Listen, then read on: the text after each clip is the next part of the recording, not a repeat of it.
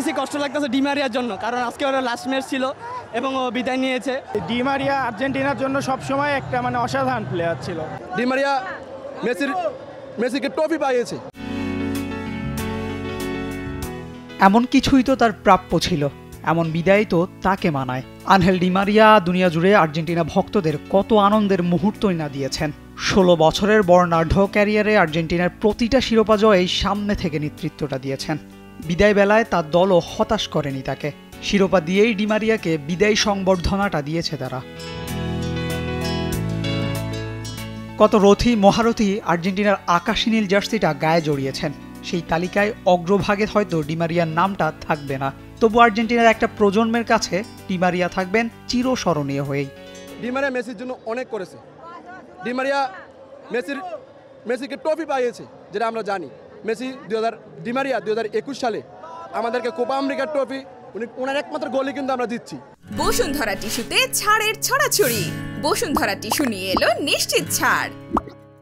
Di Maria ফিনালিসিমায় সেই Copa আমেরিকার মতনই একটা টাচে গোল দিয়েছিলেন, সেই ফিনালিসিমা আমরা দিচ্ছি। নাম্বার 2 শিরোপা, 3য় শিরোপা ওয়ার্ল্ড কাপ। 2 নম্বর গোলটা কিন্তু হাফ অ্যান আওয়ার আগে এই ডি মারিয়া করেছিলেন।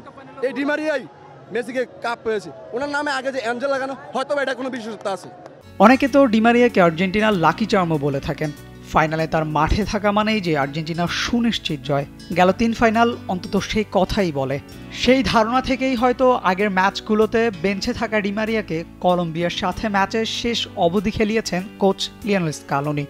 ডি মারিয়া আর্জেন্টিনার জন্য সবসময় একটা অসাধারণ প্লেয়ার ছিল।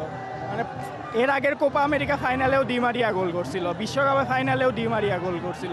একটা লাকি চার্ম ছিল আর্জেন্টিনার জন্য। সারা জীবন ওকে আমরা সবাই মনে রাখবো। মেসির সাথে অলিম্পিক জিতেছেন, মেসির সঙ্গে খারাপ সময়টাও দেখেছেন, আবার সেই মেসির সাথেই আর্জেন্টিনার সোনালী সময়টাও দেখেছেন। তাতে সমর্থকরা মেসির মতো তাকেও ক্রেডিটটা দিতে একেবারেই ভোলেননি। পর্দার আড়ালে থাকা মহানায়কের নাম ডি মারিয়া। সে কোনোদিন বল লাইনে আসে নাই। হয়তোবা মেসি না থাকলে হয়তোবা ডি মারিয়াই আমাদের প্রথম তারকা হইতো, কিন্তু সেটা কিন্তু আমরা বলতে পারি না মেসি যেখানে আছে। তবে একজন রাজা হতে হলে, একটা রাজ্য শাসন করতে হলে প্রথমে দরকার হয় সেনাপতি, আর সেনাপতির নামই হচ্ছে আমাদের ডি মারিয়া। ডি মারিয়ার নিন্দুক খুঁজতে গেলে আপনাকে হয়তো রীতিমতো চিরুনি অভিযানেই নামতে হবে। হোক ব্রাজিল কিংবা আর্জেন্টিনা, সবখানেই যে তার প্রতি আছে সমর্থকদের আলাদা কদর। কান্না ভেজা এই চোখে যখন বিদায়টা বললেন, তখন সেই কদর আরও বাড়ারই কথা। তবে এই অশ্রু কেবল বেদনার নয়, বরঞ্চ প্রাপ্তি আর তৃপ্তির ভাগটাই সেখানে বেশি। ঢাকা বিশ্ববিদ্যালয়ের টিএসসি প্রাঙ্গণ থেকে আশিক রাকিব, টি স্পোর্টস।